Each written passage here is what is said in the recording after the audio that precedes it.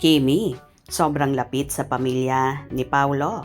Actress, dumalaw nga ba sa Baguio City?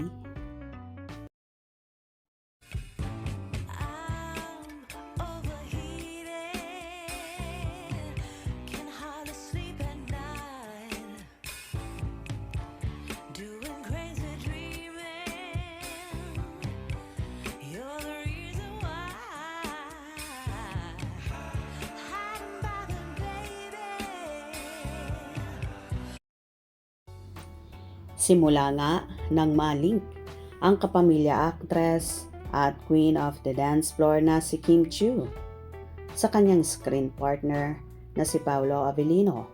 Tila hindi na nga mawala sa isipan ng Kim Pao fans na may malalim na silang relasyon at ngayon nga ay mag-asawa na ang status na sinasabi ng karamihang fanay na ikinagagalak ng buong Kim Pao Nation.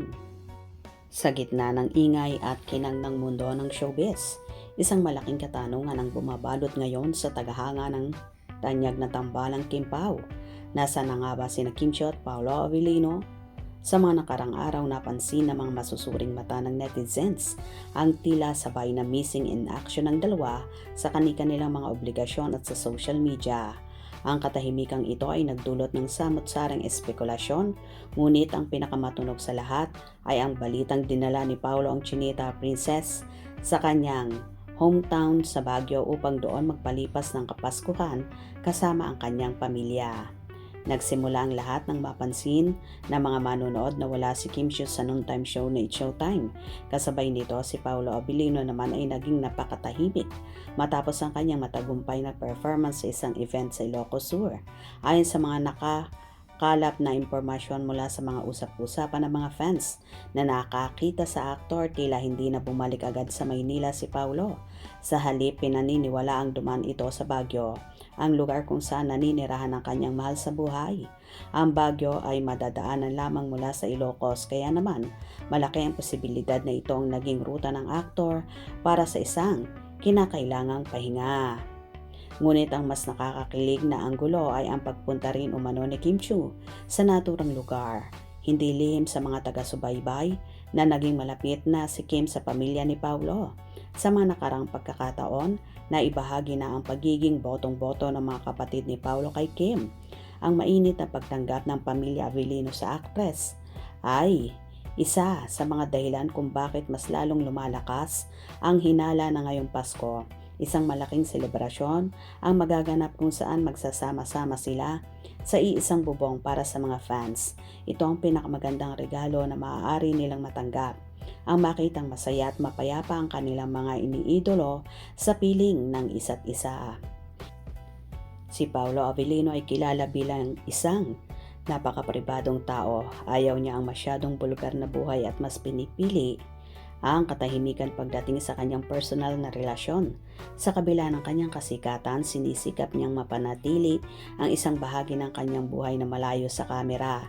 Ito rin ang dahilan kung bakit maraming fans ang rumerespeto sa kanyang desisyon na manahimik muna. Gayon din si Kim Chiu na bagamat palaging masayahin sa harap ng screen ay tila nahanap ang kanyang safe haven o payapang lugar sa piling ni Paolo. Ang kanilang sabay na paglayo muna sa spotlight ay senyales ng isang malalim na pang-uunawaan at pagpapahalaga sa oras na para lamang sa kanilang dalawa. May mga lumalabas ding usap-usapan tungkol sa mga larawan ni Paolo kasama ang ilang malalapit na kaibigan at direktor tulad ni na Direk Jojo Sagin. Bagamat may mga naglabasang maling hinala o selos sa ilang fans, agad itong nalinawan. Ang pagiging malapit ni Paolo sa kanyang mga katrabaho ay tanda lamang ng kanyang mabuting pakikitungo at profesionalismo. Sa katunayan, ang mga taong ito ay saksi rin sa kung gaano kalalim ang connection ni Kim at Paolo sa bawat isa. At kilos titig ng dalawa, hindi maikakaila ang espesyal na damdamin na namagitan sa kanila. Habang papalapit ang Kapaskuhan, ang pananabik ng mga Kim Pao fans ay lalong tumitindi. Bagamat wala pang opisyal na kumpirmasyon o mga litratong magkasama sila sa Baguio, ang mga breadcrumbs o maliliit na pahiwatig ay sapat na upang magdiwang kanilang komunidad. Ang contentment o kasiyahan na nararamdaman ni Kim at Paolo ay kitang-kita sa tuwing sila ay magkasama sa harap ng publiko. Kaya naman hindi kataka-taka na piliin nilang maging pribado sa mga pinaka-importanting sandali ng taon. Well, ito marahil ang dahilan kung bakit pilit itinatago ni Kimi at Paolo ang kanilang relasyon dahil ayaw nila nang sila'y sinusubaybayan at palaging nachichismis. Hope you enjoyed. Please subscribe for more info.